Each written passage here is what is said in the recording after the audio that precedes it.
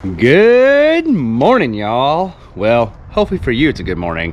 For me, today is actually a great morning, but when this video started, it was not a very good morning at all. All the stuff we're going to do today started 3 days ago, and I tried to film it, but I started getting hot, and that's because things were piling up. Now, you guys have heard me say before that RV stuff, yes, RV stuff, when it goes bad, happens in pairs. Well, the other day it got so bad the pairs had pairs. What is going on with this RV? Because we're getting ready to hit the road again, and this is supposed to be our final week's preparation before we hit the road. And things started piling up and just going bad by the minute. The first thing we need to do is we need to go up on the roof, because that's where our first problem is. No, the roof's fine. Something that's mounted to the roof is having a problem. So before we head upstairs and check out what's going on the roof, I want to remind you, you have 4 more days until January 22nd to get entered to win one of these, a gas stop propane safety valve. That's right, we've partnered with Gas Stop, and they're going to be providing 2 of these so we can give away to 2 of you guys. So 2 of y'all will win 1 apiece to try out for yourself. And the way to enter is to go to our website, pavingnewpaths.com, and purchase anything from our merch store. A hat, a shirt, a hoodie, a coffee mug. Anything gets you entered to win one of these. Now, if you don't win, you can still save yourself some money by buying anything from their store using the code PNP10. Now, let's go upstairs and see what's going on with this RV.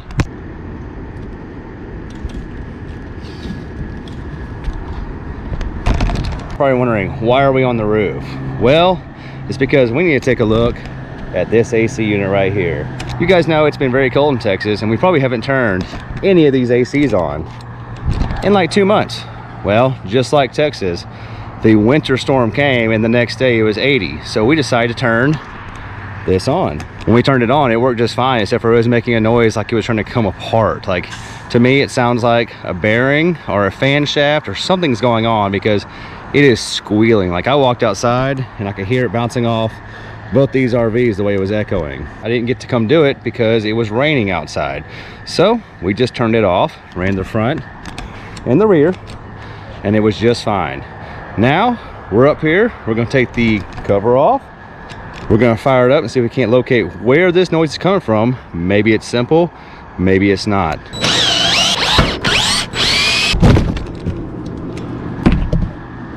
So we have the cover off, and I'm just spinning this by hand, and I don't hear any noises, nothing's loose. So we're gonna use our phone, because we're up on the roof right here on our one control. I'm gonna turn the AC on, and we're gonna see what it sounds like. All right, that's why I love the one control. I can start it up while I'm up here. Listen to this thing.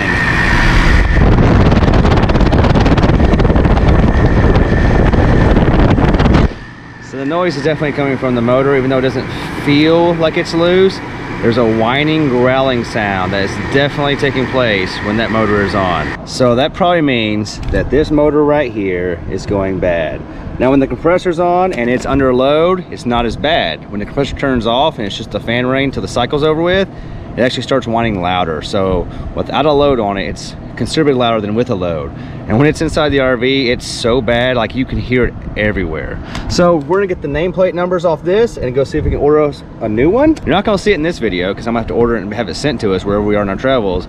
But soon you'll see me change this motor out, and hopefully that fixes our problem. We done solved the issue with the AC unit. It's probably gonna need a new motor. Now, you're probably wondering, that's not a big deal. No, that's not a big deal by itself.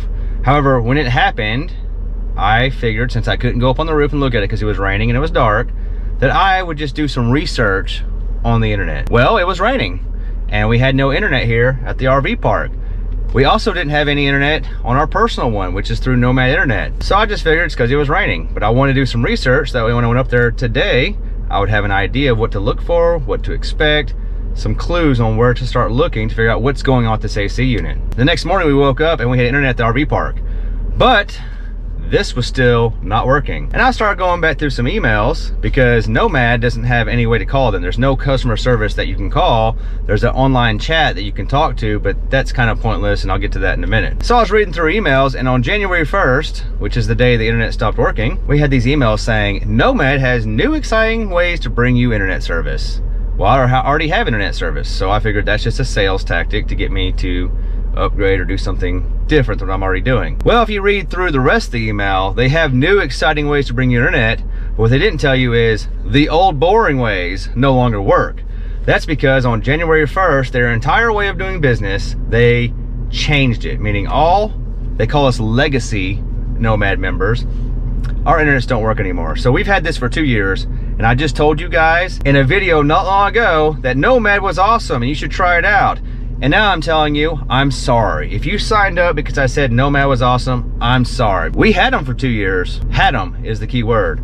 We no longer have Nomad. So what they did is they changed up their entire way of doing business. That was their whole reason I went there anyway.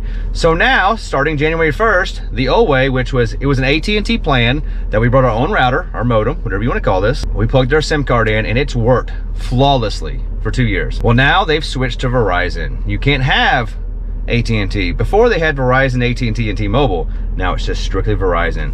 So I can't even get a new SIM card because this is an AT&T modem. My next two choices, they want you to upgrade to their own Nomad modem with a new SIM card that's 5G. Sounds great, except for one thing. It's like $400 to $500 unless you sign a contract. They've never had a contract before. It was no contract, cancel anytime. Well, now in order to save money, you have to sign up for a 1 or 2 year contract. Otherwise, you're paying full price for the modem today. So number one, I can't have internet unless I pay at least, with a 2 year contract, the minimum price was $299 or $399 for the new modems. Without that, it was $499, $599. So that's the problem one. I have to spend money today to have an internet service, which I've had that now no longer works. The second one is they're raising their rates. So in order to get the internet they're advertising, you have to pay $199 a month now. I was paying $149 before and I didn't mind it because we run a YouTube channel. We needed unlimited data and this has been great. They're saying unlimited, but it's not unlimited.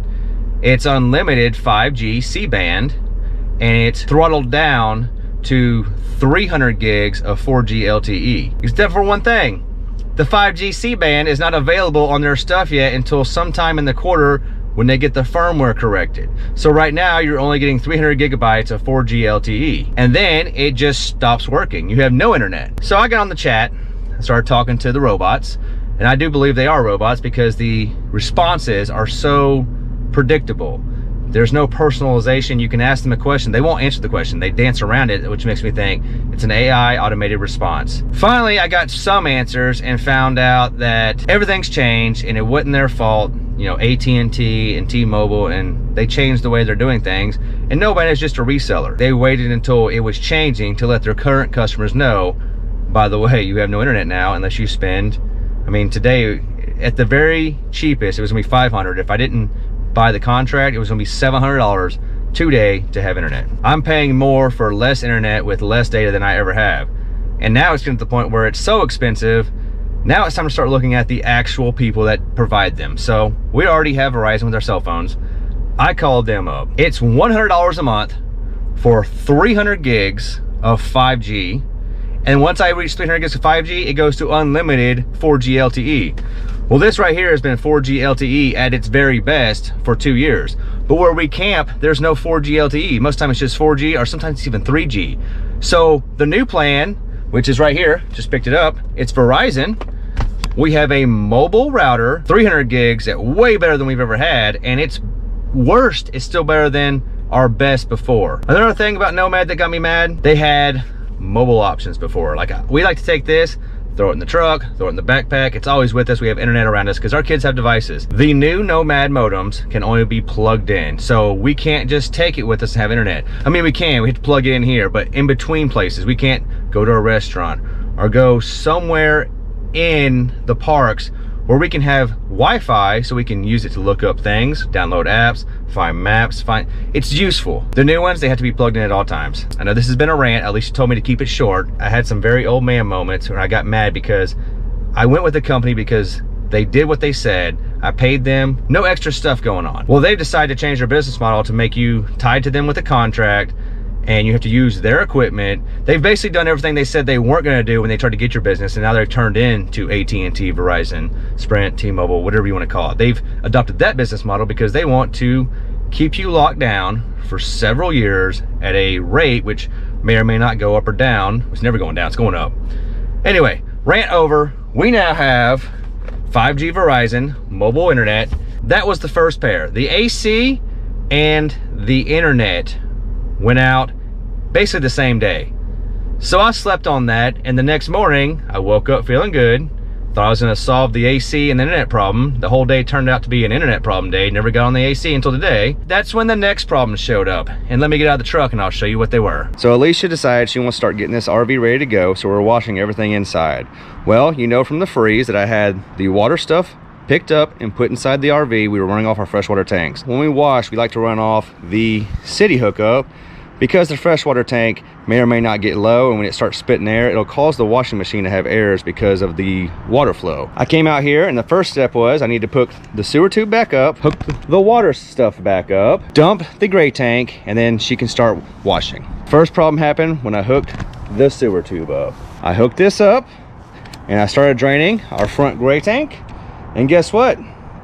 There's a hole right here in the middle on the bottom, to where as I was dumping, there was gray stuff coming out. It wasn't a huge leak, but it's leaking. Now, we've used it since the freeze, so the freeze didn't cause it, but I will say we had a good run, because that one right there, that is the original sewer tube that we've had since day one. So this one is actually 2 years old, and it had a good life. But now it's leaking, and now I can't dump my tanks unless you'll get a new one. We made a trip to Walmart. We have a new 15-foot Camco hose to take the place of that one. So we're gonna change that one out, and then we can finally dump our tanks.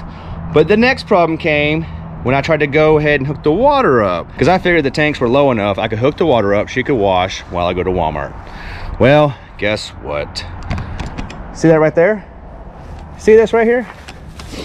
This is my last remaining blue hose. Probably 3 or 4 months ago, I went on a big rant. I had 4 brand new blue water hoses, all leaked out of the box, but I had Old Faithful there. Also, the original stuff that we purchased 2 years ago. Well, I hook everything up with our new 3-stage R3 water filter from Blue Technologies. Usually the blue one goes right there, and then we have a black one that we replaced in that video where I talked about the blue hoses not being good anymore, over to the spigot. Well, I turned everything on, and the blue hose was just pouring water everywhere. Changed the gasket, tried tightening up the pliers. Nothing I did would stop that from leaking. So, trash can time. We have a spare black hose. We go ahead and pull it out and hook it up. And then look what starts happening. The old black hose is now leaking right there. So not only can I not dump my tanks, I cannot get water into the RV without water leaking from one of my hoses. That's the second set of problems that showed up. We have to figure out how to stop our water hoses from leaking, and I told you guys before, these black ones are amazing. Guess what is not very amazing? That guy right there. In his defense, he is also 2 years old. This one's brand new. We've also bought another brand new one as a spare, because when we threw that one away, this is now our spare that's being used, so we have an extra spare in there. But judging from it right there, if I change the gasket out and it continues to leak, this one's also going in the trash, and the spare will have to come up here and do some work. This is supposed to be a very easy week of us getting ready to hit the road full time again. I did not know I was going to spend so much time fixing all the little stuff with the RV. I think I'm done ranting about all the things that go bad, unless of course something else goes bad before I get done filming this video. The idea is we're leaving in less than a week. We're heading to Fredericksburg, Texas, then to Big Bend, and then back to San Antonio area. And we're actually going with Phil and Lolo and Thomas and Beverly. And we were just trying to get things ready to go around here. It's because we never moved out, we're not really moving back in. We've been living in this thing while we've been here in Texas. We're currently trying to swap out all Christmas presents, restock the things we need, get rid of a lot of things that we don't need. We're trying to thin up and get lighter, because you guys recently saw a video where we told you we need to slow down and reassess how we travel and make things more efficient. The things we're doing this week are to help us make things more efficient, so we can slow down, enjoy the places, and not be so rushed to try to move on to the next place. But on the inside and the outside, we've gotten a little dirty. And by dirty, I don't mean dirt. I mean, we have too much things. Like we're starting to fall back into our old habits of when we had a house. So we're getting rid of the things we don't need, the things we don't use, making things easier, because we want this RVing to be casual and fun. And the only way to do that is to get rid of the things we don't use, slow down, and enjoy the journey. Now, let's go inside and see if Alicia will talk to you guys. We're not inside, and that's because whatever Alicia's got going on in there is not worth filming. So, when I showed you earlier and said that's not acceptable, whatever she's got going on in there is really not acceptable. It's terrible, let's just say that. We have toy overload. So this happens every year. We have too many toys already, we know. Then Christmas comes and we get more toys, and then this weekend we are preparing to have both of the girls' birthdays, so we'll get even more toys. There's a whole lot going on in there that, yes, I've let you see the RV in its sad state before when I was hurt, but I'm not gonna let you see what's going on in there because it's just too chaotic. It's too much, and we need to thin it out. So, like I said, this video is supposed to be about us thinning out our life so we can be more efficient for our moving. Whatever she's doing in there is not much thinner, and me out here, every time I go to the store to buy some of the things to fix, I buy more things to put in there because we're about to hit the road and I want to be prepared. So we actually haven't thinned at all. We've actually just made a mess and it's gotten worse. We don't get much done very quickly because I have a little hands-on helper who always wants my hands on him, and he doesn't let me get much done. But Gran has the girls today, so I am working like crazy in there to try and get things pulled out so we can either donate it or take it to Grand's, whatever we're gonna do with it so we can make room for all of this. You don't get to see the inside of the RV today, but just know in 5 days we have to be on the road again, but we're not coming back unless of course something bad happens, which Hey, cross our fingers. No one is gonna get out of the truck and break a leg. We're going on a huge adventure. We have some good news to share. So this used to be some bad news in our life, and now it's great news. Today, baby Caden is actually now baby Caden. That's right. So before his name was Caden, now his name is Caden. See the difference? Do you hear the difference? You hear the difference? When we had him, we titled his name K-A-D-E-N. The lady at the hospital wrote K-A-Y-D-E-N and sent the information to the state of Texas. So when we got a social security card 3 weeks later, it came in K-A-Y-D-E-N. Yes, and so we didn't really think about it. We had him on a Friday. She was supposed to come into our hospital room and verify all of the spellings and everything were correct. She didn't do that. Well, then she had told us, if I miss you, I'll call you in a few days. She didn't do that either, and we didn't think to call her. We just assumed everything would be okay until that social security card came and he had a Y in his name. Yeah, see? Yeah, no good, no good. Mama was not happy. After a long 6 months of waiting on the state of Texas to do their part, he now has a new birth certificate with the correct spelling. That may not be a big deal to y'all. It's a big deal to us because the hospital lady messed up and her response was, my bad. My bad. It took 6 months to fix because she made a mistake. She can't just undo the mistake. There's a process. And now forever, his birth certificate is going to have a K-A-Y-D-E-N at the top with an amendment at the bottom saying this is your new name. Right, which it makes me sad, but I'm also happy that it's fixed. This is my concern with it because it's unknown to me.